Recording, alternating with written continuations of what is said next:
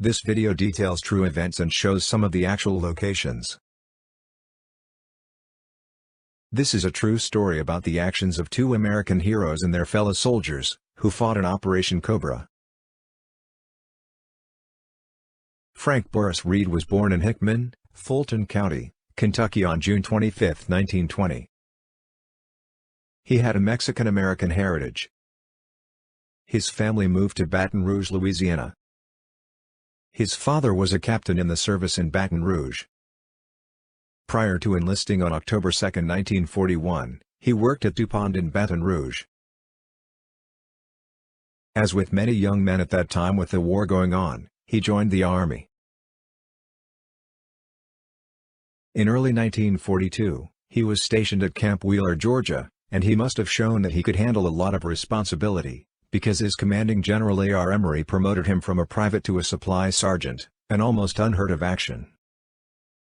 This made the news, as seen in this article. Sergeant Reed was in charge of the training equipment, which included mortars and machine guns. The Army was rapidly expanding, and anyone who had been in for a while and shown responsible behavior was being promoted rapidly. In Sergeant Reed's case, it meant that he eventually went from being an enlisted man to an officer.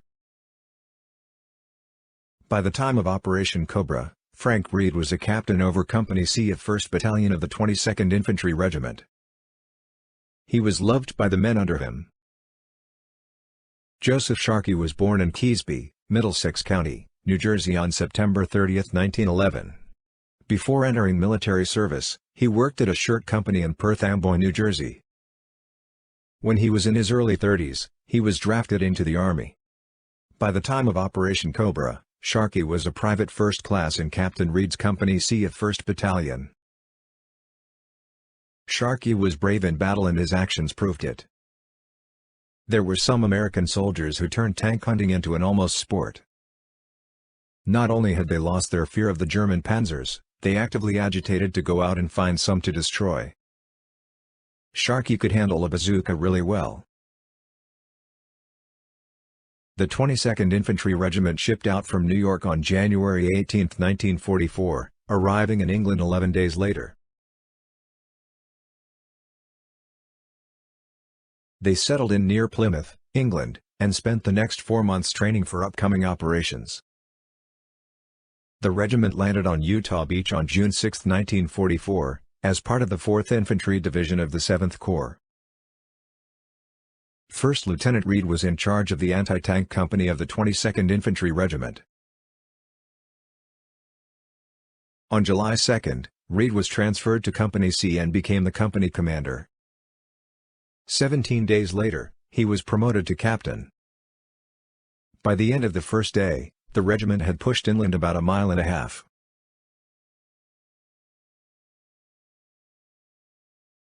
Fast forward a month, fighting in the hedgerows had become a slugfest, but the Allies weren't gaining ground as quickly as they had expected. They decided to jumpstart their efforts with Operation Cobra, which began with heavy bombing of the front line followed by 6 days of fighting to break the stalemate. This it did. Many of the German soldiers, stunned and dazed by the bombing, were easily captured. Despite some resistance, the U.S. Army was able to gain a lot of ground in a short time. While nothing seemed to be able to stop the Americans, the British didn't make any progress due to heavy German resistance. For Operation Cobra, 22nd Infantry Regiment was detached from the 4th Infantry Division and temporarily attached to the 2nd Armored Division centered around the town of St. Lo. With a portion of 2nd Armored attacking to the west, a part of the 22nd Infantry Regiment penetrated the northern part of the town of Moyon on July 28. They discovered that the Germans had strong tank forces south of the town along with entrenchments and anti-tank guns. A column of Shermans from 2nd Armored's Combat Command accompanied the infantry into the town. Captain Reed, of Company C of 1st Battalion, was given the mission of taking out a German anti-tank gun that was located in the center of the town, just east of the church.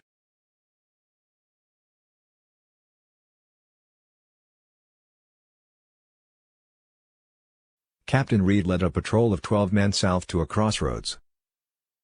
The gun crew was dispersed by grenades and rifle fire, but immediately the American patrol received heavy machine gun fire from a German tank in the distance.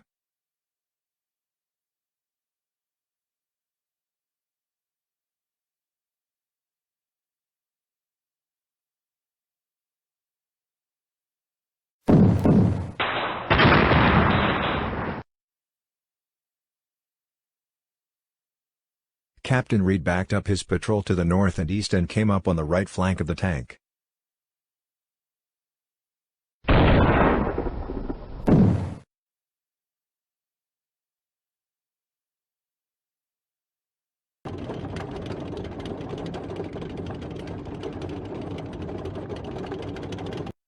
The ammunition carriers for the bazooka had been lost by this time and the patrol had only 2 rounds of bazooka ammunition. Private Sharkey fired at the Panzer and hit it in the turret, knocking it out. Another German tank targeted and knocked out one of the Shermans in the town. The tank battalion commander felt things were getting too hot and decided to pull out of the town and shell the place with high explosive rounds. He told the infantry platoons in front to withdraw too. Just before they pulled back, Private Sharkey fired their last round at another German tank, the lead vehicle in a column of German infantry approaching the town. He scored a direct hit. Captain Reed called out to his men, "Let's get out of here." German troops were approaching at a rapid rate. As they reached the road running east, they found that another column of German tanks had moved up that road toward the town, and the leading tank was barring their way across the road.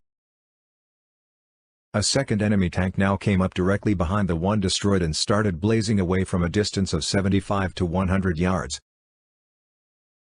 Captain Reed did a quick inventory of what they had on them. 2 white phosphorus grenades, 1 fragmentation grenade, and some small arms ammunition. Reed bravely threw the 2 white phosphorus grenades, one under the tank and one behind it, and managed to set the lead tank ablaze. But Sharkey's blood was clearly up. He remained standing at the hedgerow, firing with his carbine at the approaching Germans. A burst of machine gun fire from one of the other tanks ripped off the side of his face, but missed the bones of his jaw. Even so, Private Sharkey was able to retreat with the others, the flesh hanging down over his chest. He walked standing upright, while the others crawled back. Private Sharkey collapsed from his terrible wound and Captain Reed left 2 men to take care of him and help bring him back.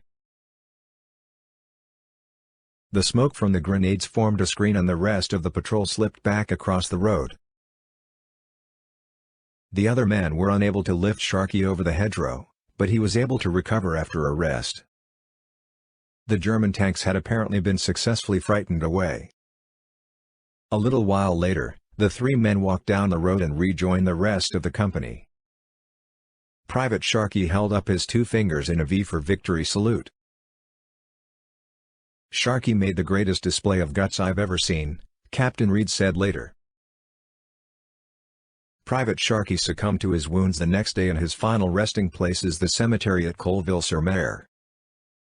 Joseph Sharkey was awarded the Silver and Bronze Stars in October 1944, along with the Purple Heart.